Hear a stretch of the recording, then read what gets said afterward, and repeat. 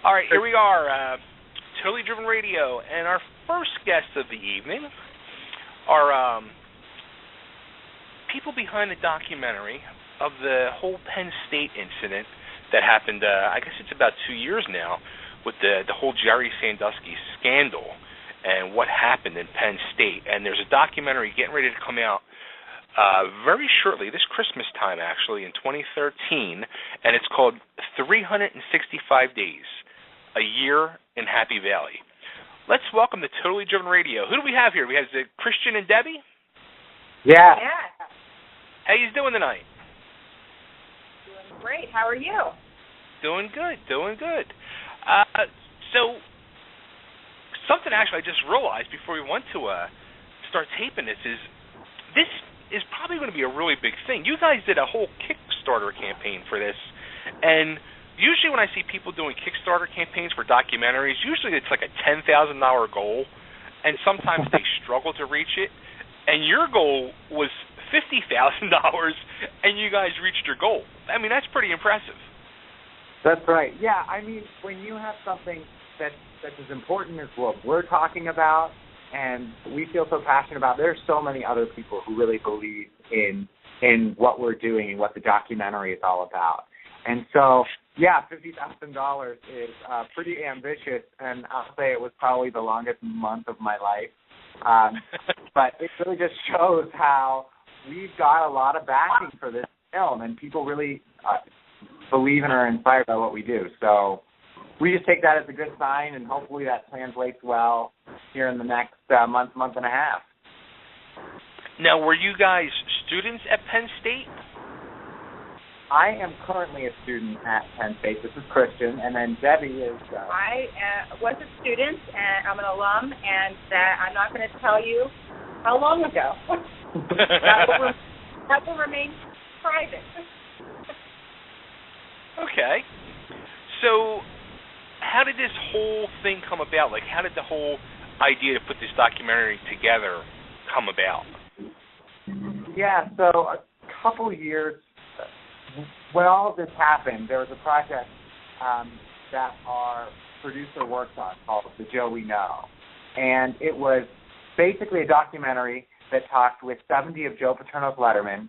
The crew traveled to, they talked with more than 70 lettermen. They went to 5 cities over the course of 2 weeks and just talked and really got to hear stories about Joe Paterno.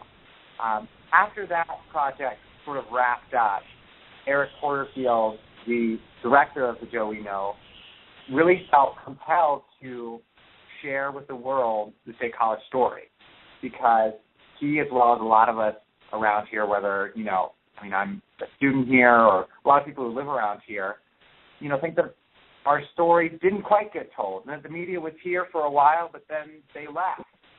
And after everyone else left, we stayed, and we spent the entire year, we spent a year here looking at how the community is coming together and seeing how the cards fall, if you will, after something like this happens.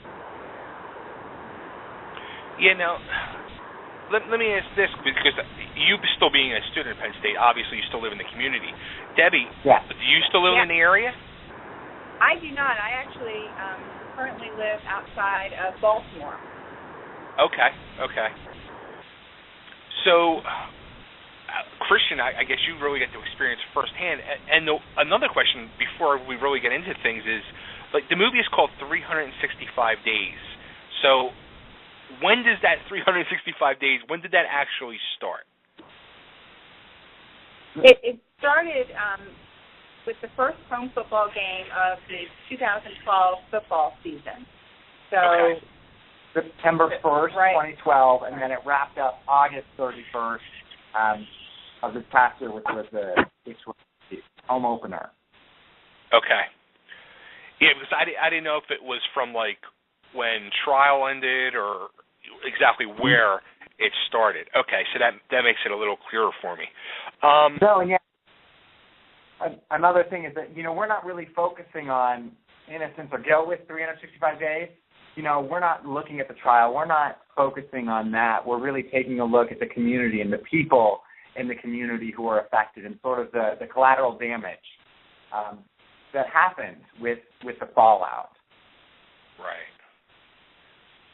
Yeah, but Go ahead, Frank. I'm sorry, guys. This is Frank. One thing I will say that, and this will pique my curiosity, is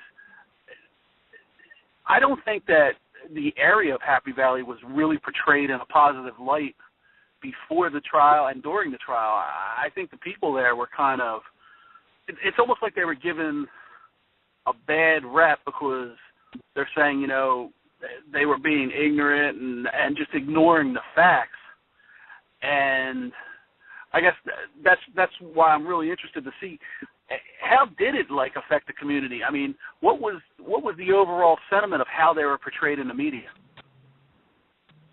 Well, I think when you have a media, come in very quickly and come in with, really kind of a very salacious story and really, take a snapshot at a community that it was very shocking what happened here. What Jerry Sandusky managed to do in the community was horrific by any stretch of the imagination, and it upset, certainly the families directly that he impacted, but it also affected, the people that he played with, the men that he worked with, the community where he, had his foundation. And I think there's a whole community here that just was in shock, and to portray us, the community, even in as kind of almost enablers of his behavior, it's just really unfortunate and unfair, because this is a really fabulous community, and we really hope that by looking at it more objectively through the eyes of people who actually the filmmakers who filmed, the director and the crew are actually not from State College. And that's really an important point about this film, is that Eric Porterfield, although he's from here, brought in outside experts to take a look and really tell the story. So I think that's really kind of a key thing, is that that's why it also took a long time to tell the story. Sure. Yeah, because definitely it seemed to me like they were just picking, and every community has people that are just not nice or just oblivious, and every time the media found one, they ran with it. And even, I've never been to Happy Valley.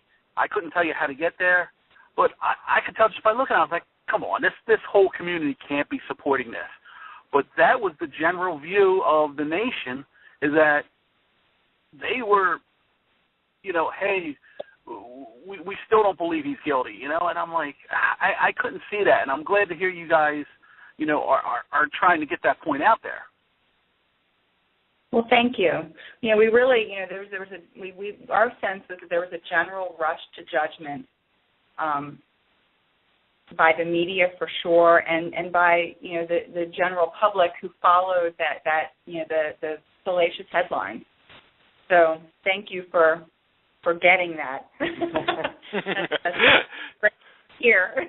And as a student, it was almost like we were all suddenly somehow guilty by association, even though I could tell you, all of my friends, we didn't really know about Jerry Sandusky until all of this happened. I mean, and so there was sort of a cloud that was hung over us that really just didn't seem right. Never sat well with us. So, that's the one thing that got me really excited about working with 365 Days, is because we finally have a chance to, show the world who we actually are.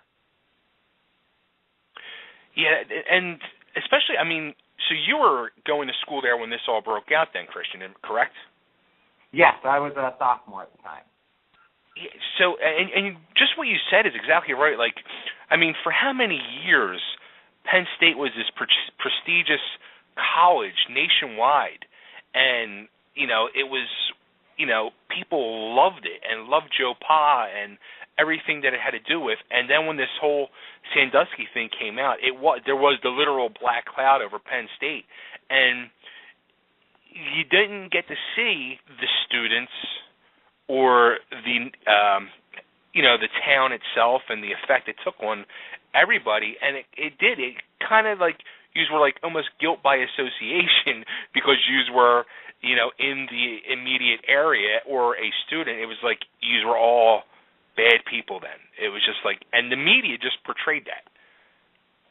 It was almost like we were in Salem, Massachusetts, like 250 right. years ago, And this is really, it's a community of decent people, and they live their lives like everybody else in this country.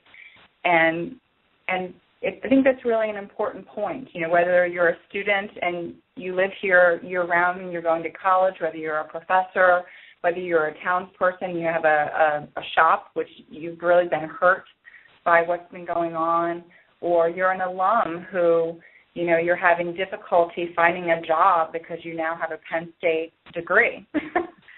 Right. So there's a lot of collateral damage but one person has really done this. And one of the things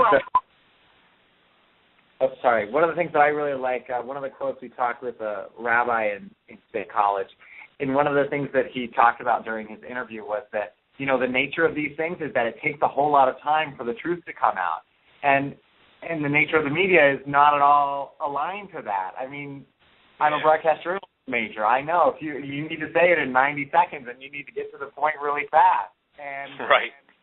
Well, they did that, but the problem is that they did it so fast they didn't really care about the people who were here, or whether or not they were that right.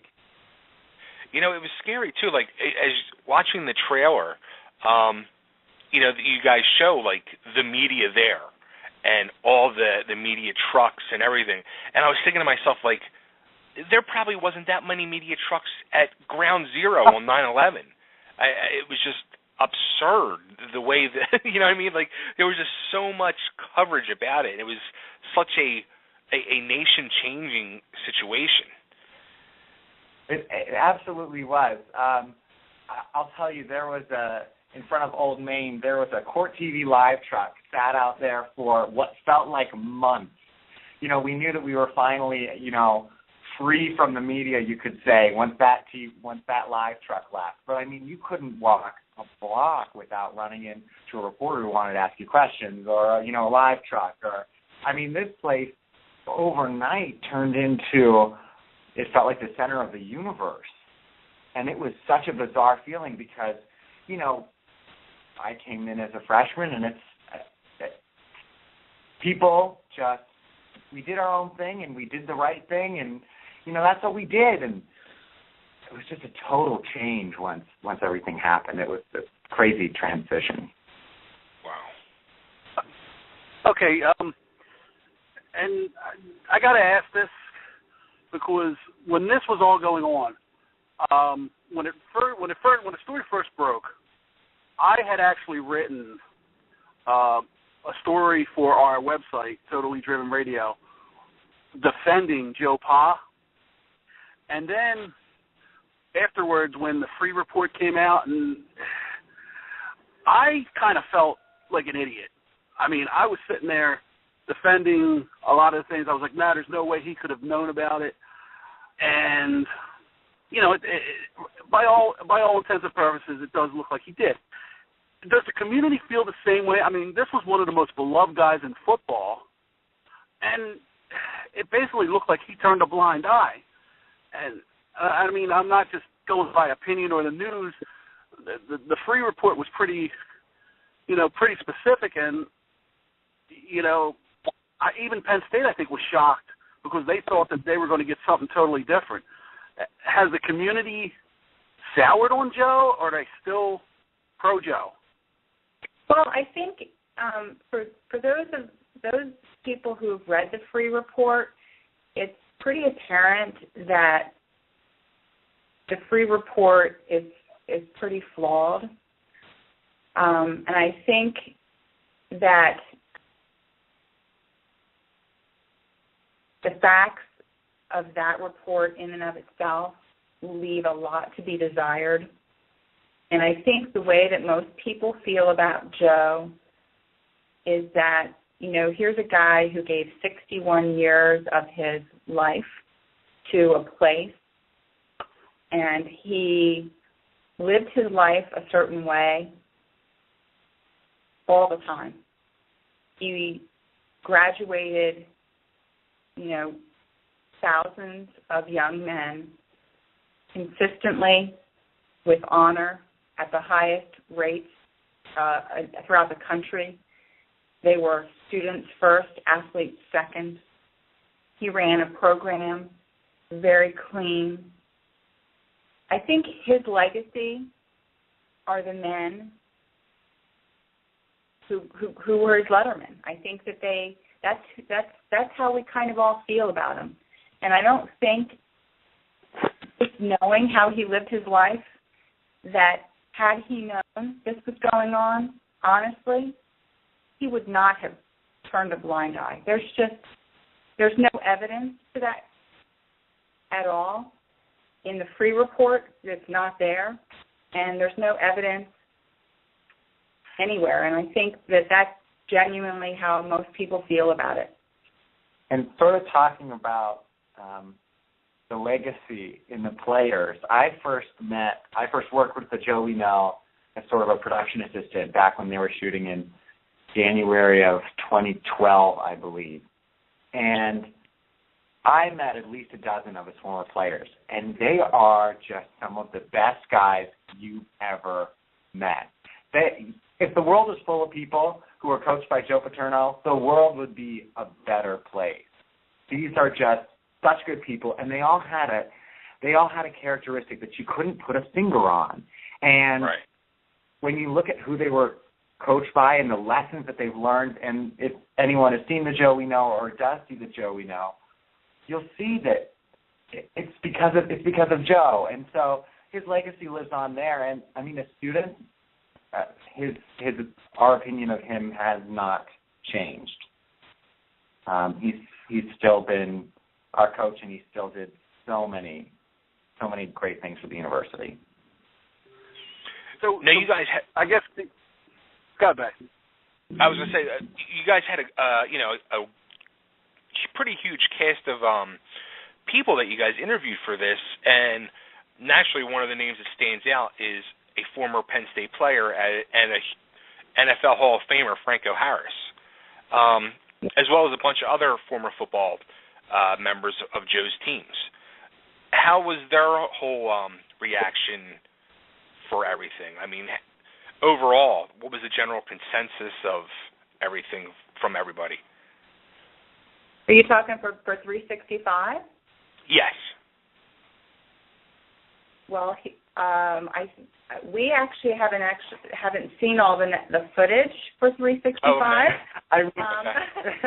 I mean, there is almost no way that we could go through and see all of this footage. I've been on a number of shoots, the recent filming with the crew helping out.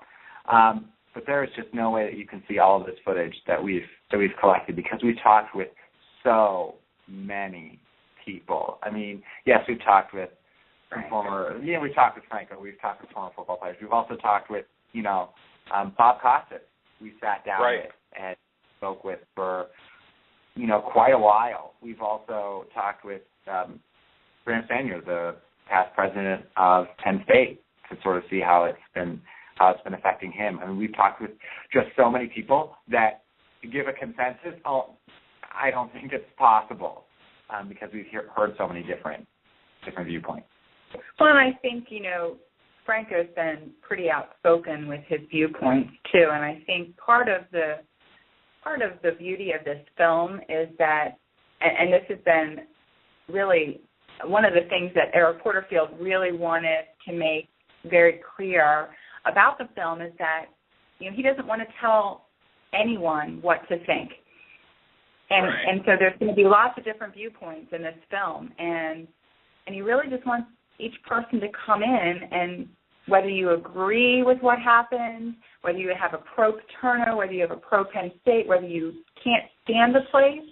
He just wants each person to come in to look at this documentary and listen and contemplate. You know, each of us probably has rushed to judgment in some fashion.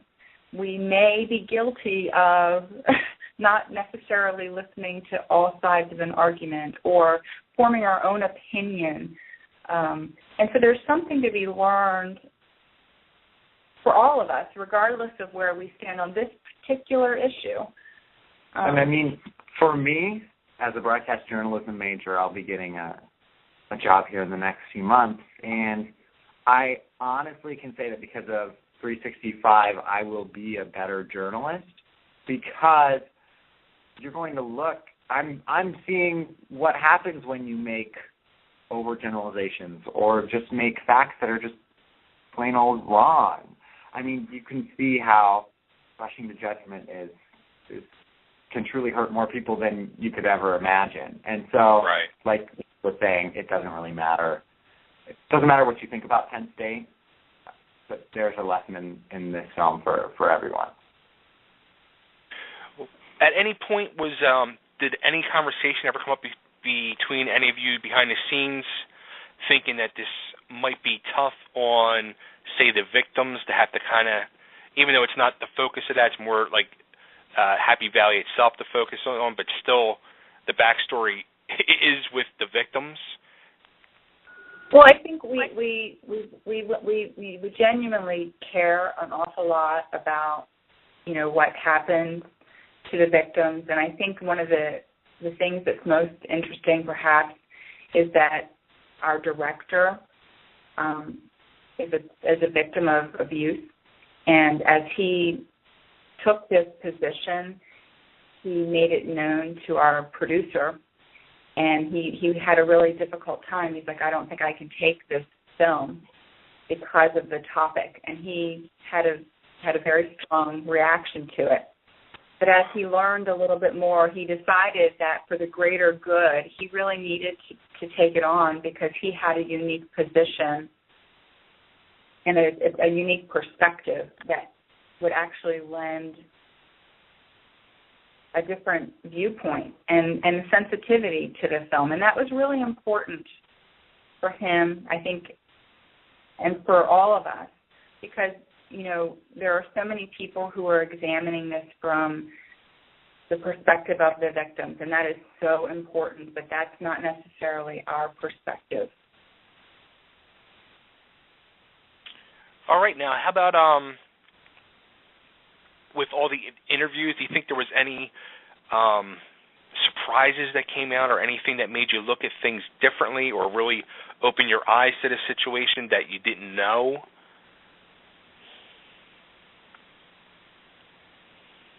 Well, I think that there's probably be a couple of neat little things that come out in the film, but we can't really tell them. Yeah, we can't give away the film. Come see the film. Yeah, I'm not asking for details, but was there things like did make you guys go like, wow, like I didn't know that, I didn't realize that, I think that there are a lot of things without getting too specific. I mean, this is he's a controversial person. Graham Spanier, the past president, people have strong opinions about him, but I think that after watching the documentary, people will take a second to pause and sort of think about that situation. So yes, there have been things that have happened that, you know, I've been sitting in on interviews and just sort of caused me to take a pause. And I think that, you know, with Graham Spanier, that was one of the things that I think will resonate with a lot of people. You know, and just to add to what Christian said, you know, consider that his trial still hasn't happened, and he, you know, spent considerable amount of time and allowed our film crews into his home.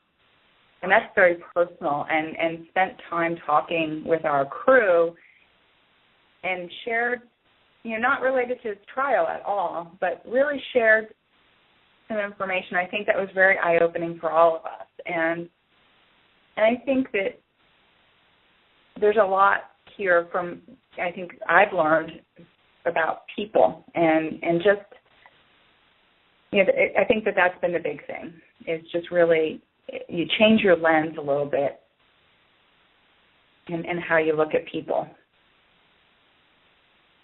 Now, something that you guys said earlier, I didn't even think of it that way until actually you guys said it. And one thing was how it affected businesses in the area. Was there a lot of maybe businesses going out of business, or a really bad effect on the area in general, business-wise? Yeah, businesses were definitely affected. We actually talked with business owners from downtown, and they've seen sales noticeably dip to the point where, some of them, if they have a few more years like this, they might not be here. A lot of money is made on football weekend, and sure.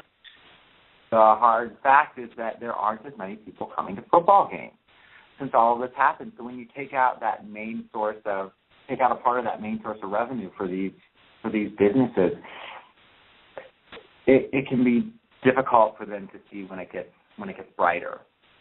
Right. I think is attendance really down for football? Attendance is down. I don't have any hard numbers in front of me, but this is just from a student perspective again. Okay. Freshman and most of sophomore year, they always announce the attendance at all of the games, and they'd always be in the high 90s, low 100,000. They stopped doing that after everything happened. I think the first time I've heard it since the scandal broke was this homecoming game with Michigan, is when we had about 107,000 people in stands. But that was the first time. It's been about 2 years since they've announced that number. And you'll notice, looking around, not only in the student section, but in the entire football stadium, there's just few more open seats than we're used to. Yeah. Do you think go ahead, Frank. No, and that kind of makes sense because from a sports perspective and a football perspective, you basically got a team that's not going to go to a bowl, and that's no matter how good they do, they can win every game, and they're still not going to get a bowl game. I can see why the fans kind of probably backed away from it. And I'll be honest, a lot of teams that have had this have a hard time recovering. It's not an easy recovery because once fans go away and find other things to do, it's hard to get them back. So, you could be looking at a long-term hurt on the football and the businesses as far as anything that has to do with the football. Well, I think I hope that that's not true. I think that obviously it has had an impact. I'd like to think that we had such a great season last season with Mike Maudie and Michael Zordich and just the incredible team that we had. I think that Bill O'Brien's doing such a great job. We've got just really terrific players. I think we've got an alumni that is really coming together. I actually think our university is stronger today, and we've got more attention. I think we're going to be just fine, but I do think that our what we're finding is that right now it's the town is struggling. The Chamber of Commerce is struggling, and I think that that's part of why this movie is so important. Is that it shines the light on what can happen when we don't look at everything in the big picture. It's not like you descend on a town, you say these things, and then you go away. Well, then what happens? And there's got to be some responsibility in that because people's livelihoods, and these are decent people. So do you think that the NCAA sanctions were too harsh and they were just headhunting at that point just to save face? Well, I guess you have to just look at it logically. Who did they hurt? Did they hurt, Jerry Sandusky? the person who did these crimes, or are they hurting students who are playing today? You know, I mean, when you come to Penn State as a student athlete, you are getting an education more than anything else. And, you know, the one thing that I don't think any Penn State student can stand is the fact that scholarships were affected. Because when you go to Penn State, you have a better chance of graduating than just about any other college in the country as being a student athlete. And the fact that we had no idea who Jerry Sandusky was, and the fact that we're the people getting hurt by it, is completely absurd to us. And it's something that's still a sore spot for a lot of students, even though, you know, we're not all student athletes. Now, and I got to play. I guess I got to play a little devil's advocate here on this one. And I get what you're saying. You know, you guys didn't even know who Sandusky was. But you know, when Spaniard's trial comes out, and if it is proven that he knew about this, can you really blame anybody but the university at that point? Well, again, I mean, who did these crimes? I think that, you know, I think we don't really necessarily want to comment on trials that haven't happened yet, and that would be really conjecture on our part. And that's not what the documentary is about. We're not about assigning guilt or blame or saying, you know, who's at fault. It's really about taking that step back and looking at the bigger picture. And that's what I understand, you know, and that's what I'm trying to get, because I'm looking at it as a person who is on the outside, and again, I don't know about Happy Valley. I want to think that what I saw on the news is not what you guys are about, and that's kind of like why I'm just trying to wrap my head on where the community is, and it seems to me like you guys are saying that, you know, you guys were portrayed in a bad light, and that this documentary is going to be what people need to see to show you that what you saw was an illusion.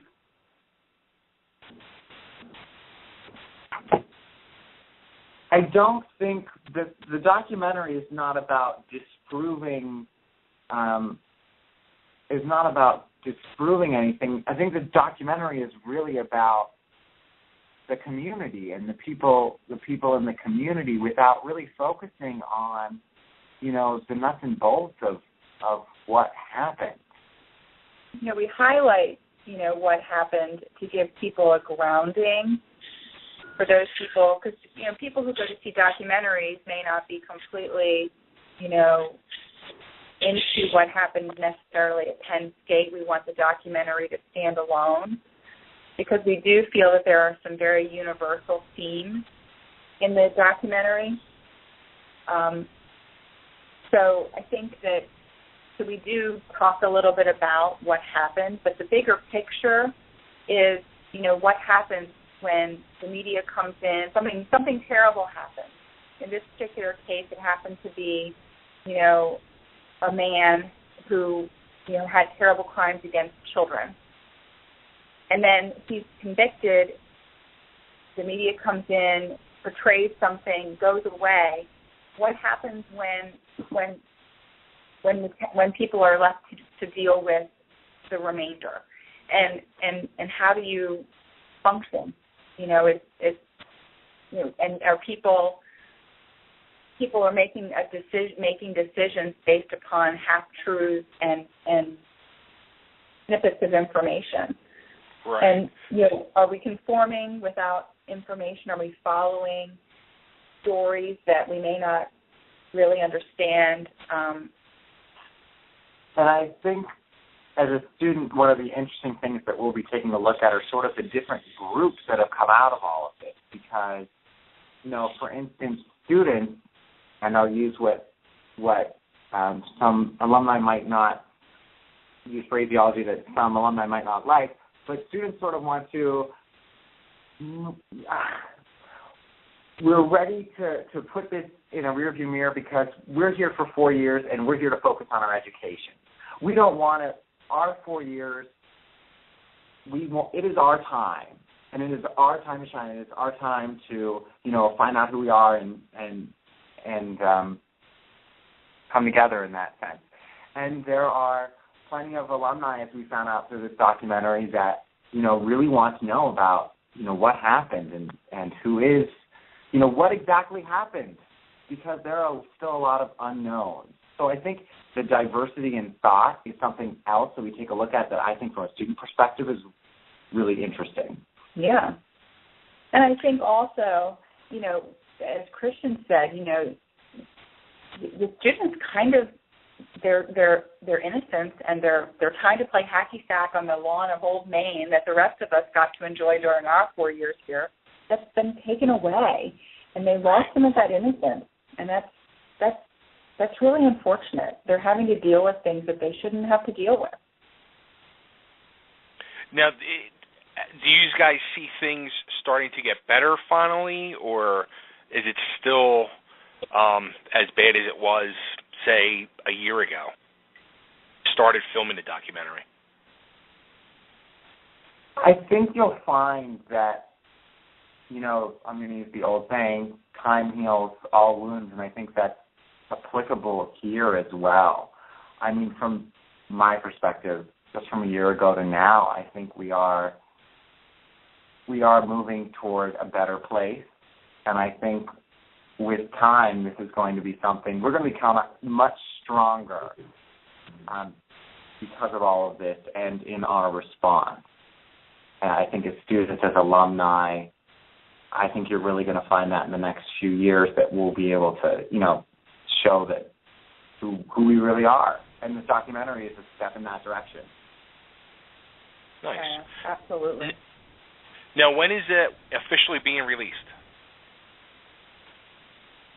Our premiere is on December 27th, and it's at the State Theater. There's a red carpet event by invitation only, but there are also other showings, exclusive screenings in select theaters throughout Pennsylvania, Washington, D.C., Baltimore, Maryland. So there'll be a showing in the Ambler Theater in Philadelphia. There's going to be one at the Oaks in Oakmont in Pittsburgh. There's one in Erie. We have the Mauchunk Theater in Jim Thorpe, soon to be renamed to something else. Wow. The Steel Stacks in Bethlehem. So this is really going to get a huge rollout. Yeah, well, our goal is really to get it out in 2 weeks to really sell out all of the theaters so that we can get a national distribution, because we really feel very strongly, because, first of all, we think it's a great film, and we're a little partial, but we do think it's a great film. They've done a fabulous job. The director and the producer really, and the whole crew has just done a terrific job. And so we want to get it out to the entire nation. We think that it's just an important story, that the themes are so universal. So that's our goal. Now, it will, I guess, obviously be released on DVD as well? We are planning on it, but we don't know when. We definitely are focusing on the theaters right now, on filling those theaters, and then, if that comes down the road, it does, and it probably will, but not for a while, because we really want, this is a film that we think needs to be experienced first in a theater to get really the full effect. I mean, just watching, I'm sure you saw the trailer, this is quality footage, and, this is something that State College hasn't seen before, a production of this magnitude. Well, it's the only documentary completely done by people written, in State College. So it's the first one produced, directed, completely done in State College too. So it's kind of unique in that way. Wow. And let's see, the website is 365daystoFilm.com. So you Correct. can go there to get information about the film and about And tickets. and tickets. And where else can we go? We can go to Twitter. What's the Twitter address? That's at 365 Days the Film. Okay, so everybody has to go to Twitter, follow this at 365 Days the Film. Go to the website, 365daysthefilm.com. Check them out. If it's in a theater near you, go see it, and stay up to date and get the DVD when it comes out.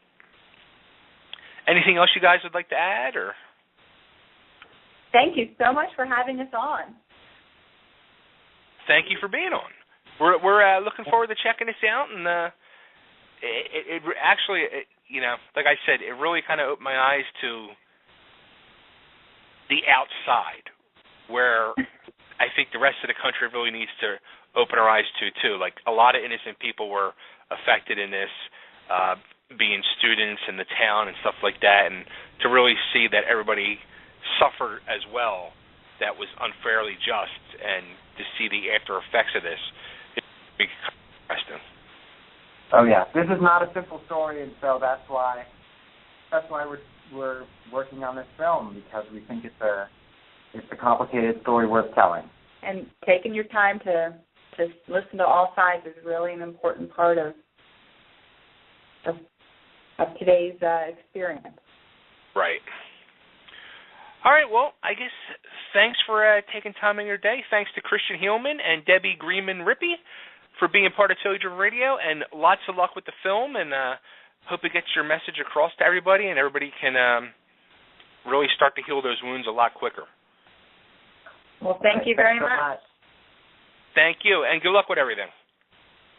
Thanks. All right, everybody, don't forget to check out the film, 365daysthefilm.com for more info, and you can follow them on Twitter as well, at 365film. All right, Frank, I guess it's that time for a commercial break. Let's take a commercial break, and we'll come back on the flip side with another interview, maybe, some talk. I don't know. We'll see what happens after the interview, or after the commercial. We'll just wing it. How's that sound? We'll just wing it, baby. Well, we're going to wing it.